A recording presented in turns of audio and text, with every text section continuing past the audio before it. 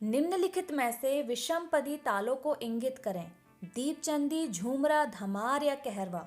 इस प्रश्न का सही उत्तर है ऑप्शन नंबर 1, ए और बी। बेसिकली ये 3 कैटेगरीज होती है, समपदी, विषमपदी और मिश्रपदी।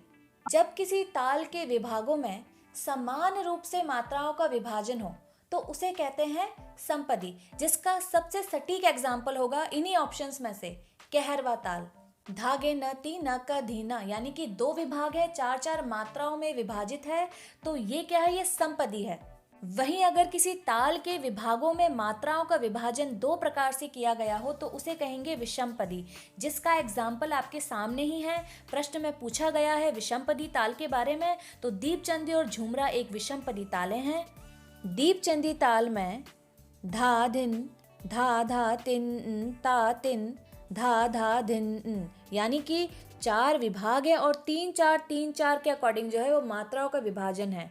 वहीं झूमरा ताल में धिन धिन तक धिन धिन धागे तिरकिट तिन तिन तक धिन धिन धागे तिरकिट, यानी कि अगेन 3-4 के अकॉर्डिंग जो है 4 विभागों में मात्राओं का विभाजन है। तो आई होप आपको समझ आ गया होगा कि समपदी और विषमपदी में क्या अंतर है। और अगर मिश्रपदी की अगर बात की जाए तो उसका सबसे सही जो सटीक एग्जाम्पल है वो है धमार ताल। क धिट धिट धा आ, क तिट तिट ता आ, यानी कि जब किसी ताल के विभागों में मात्राओं का विभाजन 2 से अधिक प्रकारों में किया जाए तो उसे कहेंगे मिश्रपदी ताल। जैसे कि यहाँ पर 5 2 3 4 का जो है विभाजन है, यानी कि 4 विभाग है, 5 2 3 4 से जो है यहाँ पर मात्राओं का विभाजन किया गया है। तो आई होप अब आपको समपदी, विषमपदी और मिश्रपदी के बीच का डिफरेंस अब समझ में आ गया होगा। ज़्यादा डिफिकल्ट कुछ है नहीं। अगर किसी ताल में मात्राओं का विभाजन एक ही प्रकार से किया गया हो तो उसे कहेंगे समपदी। कहरवा का एग्जाम्पल याद रखना।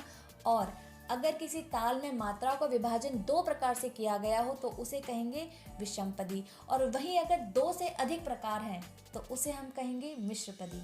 और आई होप अब आपके सारे कॉन्सेप्ट्स क्लियर होते जा रहे होंगे, जो भी कंफ्यूजन है वो क्लियर हो गया होगा। And do not forget to join me for a regular studies. If you found this informative, then do like, share, subscribe and comment and be regular.